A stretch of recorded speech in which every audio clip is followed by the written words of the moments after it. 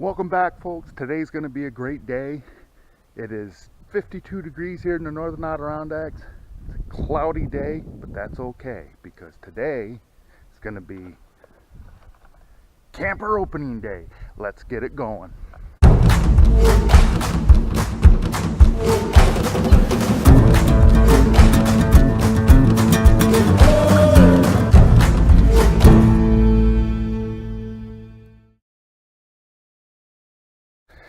Alright, if you've watched the channel before, you know that I have two Trojan T105 batteries. They're 6-volt batteries that I can put on my rig.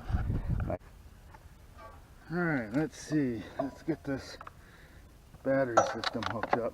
So now I got the batteries in, and my negative, my positive, and my negative. And this here goes from a positive over to a negative. Since these are 6-volt batteries, you want to do 6 plus 6.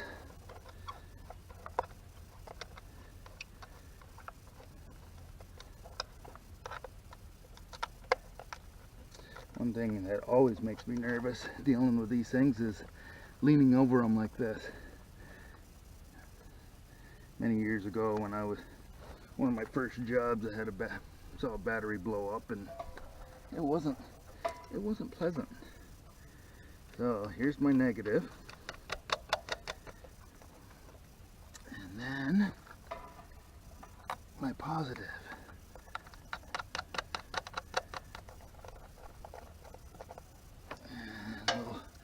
Go through and we'll snug all these up a little bit and we'll see how well we did. Okay, I got my batteries in. Everything seemed to go okay. So now let's go see how we did. Now you got to be careful putting your batteries in, making sure you hook them up correctly, and especially if you have two batteries. You want to make sure that, when you put your terminals on, wires on your terminals, try to limit the sparking. So this is, I brought the camper last night out. I know my exterior lights work. I had it hooked up to my truck last night to move it to here. But that was last night after I got home from work, so it was getting dark. And today, let's see how we're doing. So, coming in, and let's see if we have power. We have power. Excellent, excellent, excellent. So I see, I'm looking around at the rough, and I look for any kind of watermarks or anything like that. One of the first things I want to do is get my solar panels out. The batteries have been sitting all winter long. I don't keep them on a charger, but I charge them up fully before I put them away for the winter. So I'm going to go get the solar panels out and hook them up. Well, I've got my solar panels hooked up. Everything seems to be working. The batteries, they held a pretty good charge over the winter. They're at 13.3 volts right now. And that's pretty good. So I like it. We're off to a good start. We'll see how we do here. Let's put the slide out and go through the rig.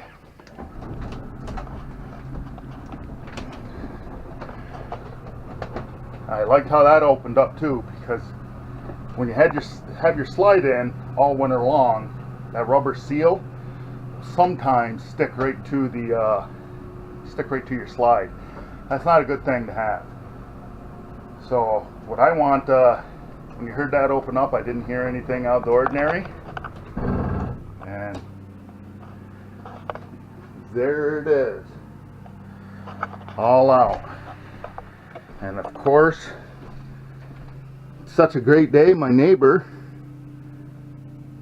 is out doing his lawn.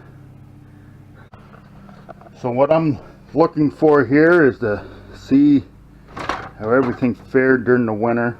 I have I use damp out. I think this is, or damp rid that this is. I put this in the camper for winter to keep the moisture down. And I'm going to look in the cabinet for any two things.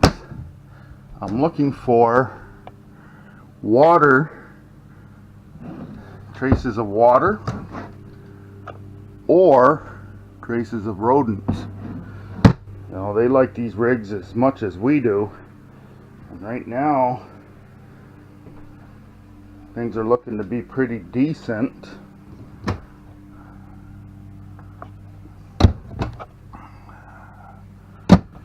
So I like it.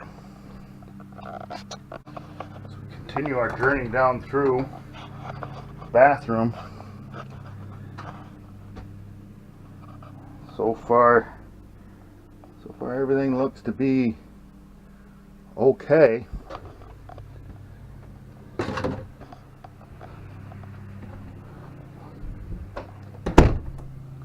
The bedroom.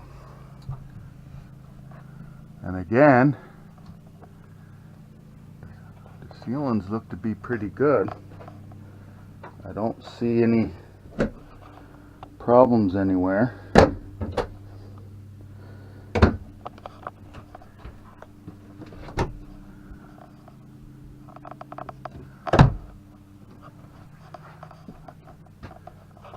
So far so good.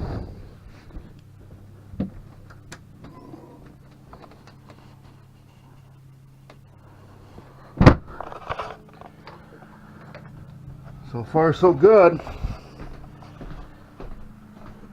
So next step, got the rig powered up, everything powered up correctly.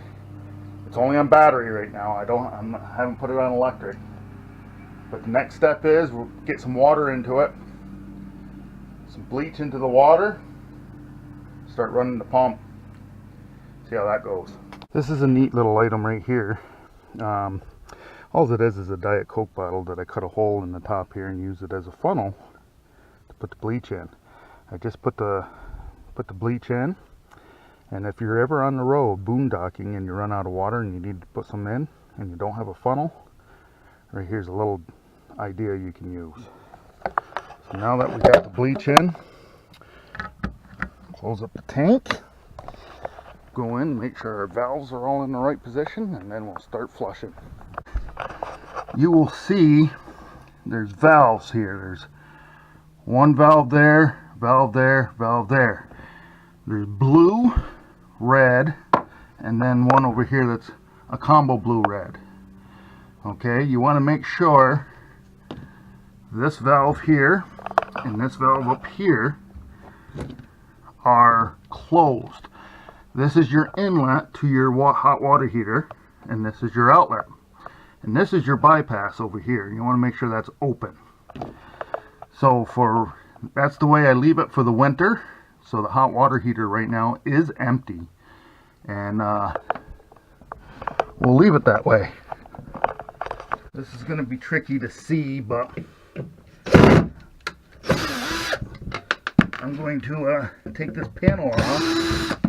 This is where my water pump is. Okay. And I gotta squeeze down here, you know, big guy squeezing down here. So I'm gonna bring this camera up, and right here's your water pump. That's the water pump. You can see all sorts of different hoses going in and out. Okay, this big hose in the back that comes down over here. Let me angle the camera down a little bit. Right here, that's your fill hose. That's the hose we just used to put water in the tank. This hose here is your air hose from your tank. That will bring the air out of your tank as you're filling it up with water. Now this hose here, this clear one, is your hose that you use when you winterize it. it will have antifreeze. You stick it right down in the antifreeze bucket. Alright, so now what I'm seeing is this valve here is the one that comes from the tank, where the line is pretty well kinked right there. Okay, that goes to your pump,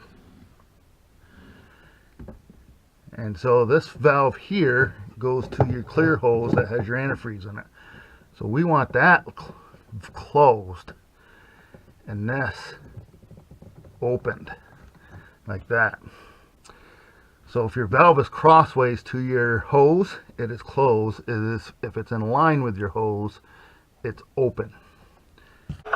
Alright, let's come to the switch. I hear my pump. It just pulled the water up. Let's see how we do here. Now that's the pink antifreeze. And you'll notice when the water starts coming through, there's the water.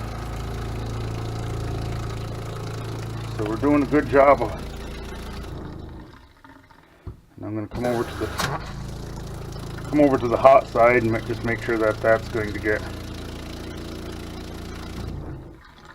All right, one done. This is now the bathroom. There's water, pink, water. And then in here, pink, water, just like that. And the last one, pink, and there's water. Pink, and then there's water. I gotta clean that tub out. I usually use the tub just for the closet area. That's all I use it for. But we're gonna leave the pump running. We're gonna leave the pump on the on position.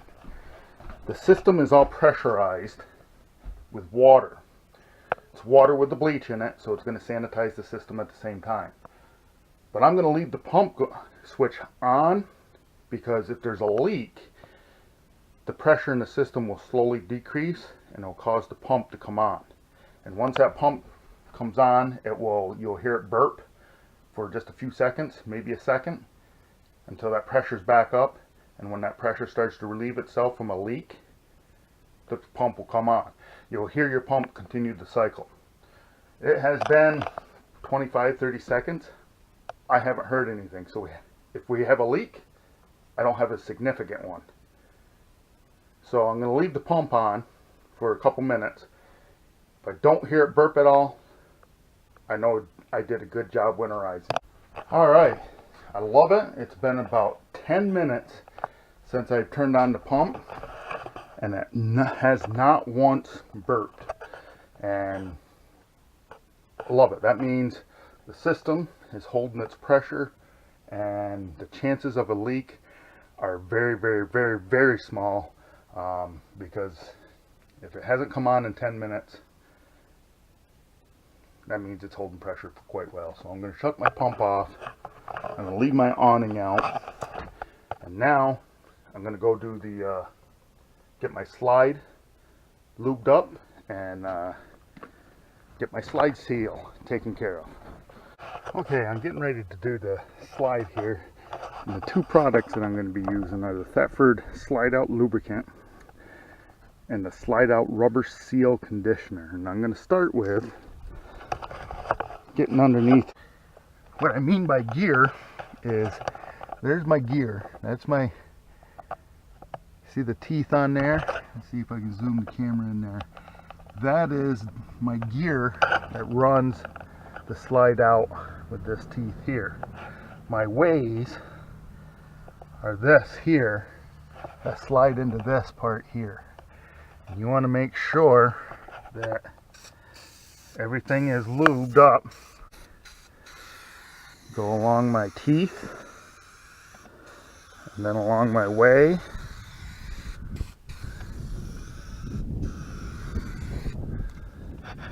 As you can see, everything's enclosed under here, which is good. This is your seal right here going up in, and this you want to make sure that it keeps to be pliable. All right, and to keep pliable is to keep it flexible, and to keep it flexible you need to treat it.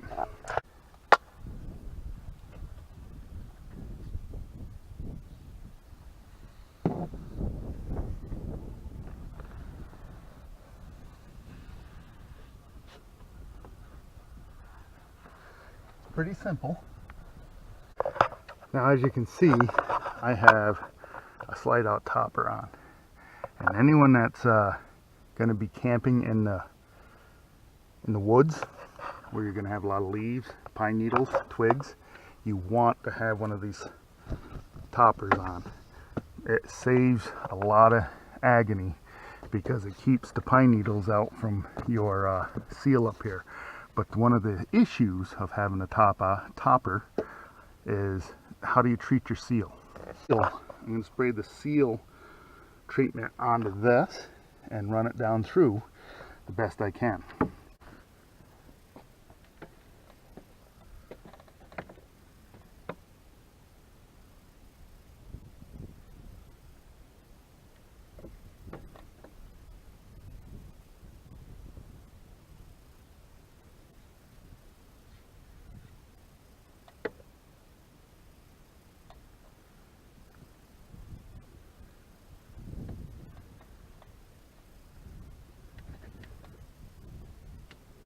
Bring my slide in about a foot. Alright, so now what I'm going to be doing is, there's a seal right here, as you can see, and it goes across the top. So I'm going to be doing the same thing here.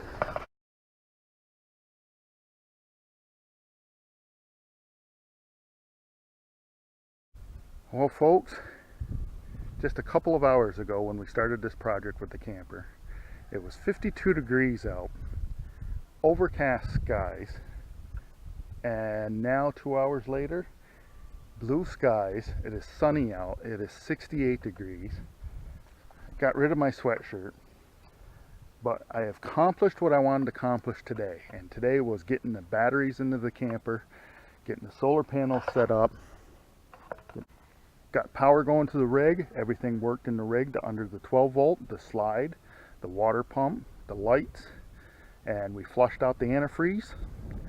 We put water in the tank with some bleach, got that sanitized, and we held the pump on for 10 minutes. It's probably more like 15, but at least 10 minutes, and it didn't burp during that time, so it's holding its pressure, which means the chances of a leak are very slim. We got the awning out. The awning is now dried off. We treated the seal around the slide, lubricated the slide gear, and checked for water damage. There was no leaks that I can find. Checked for rodents. Didn't find any evidence of rodents in there, which is good. And so now the only thing left to do is to fire up the refrigerator, both on electric and gas. Fire up the hot water heater, the stove, the AC unit, and the microwave.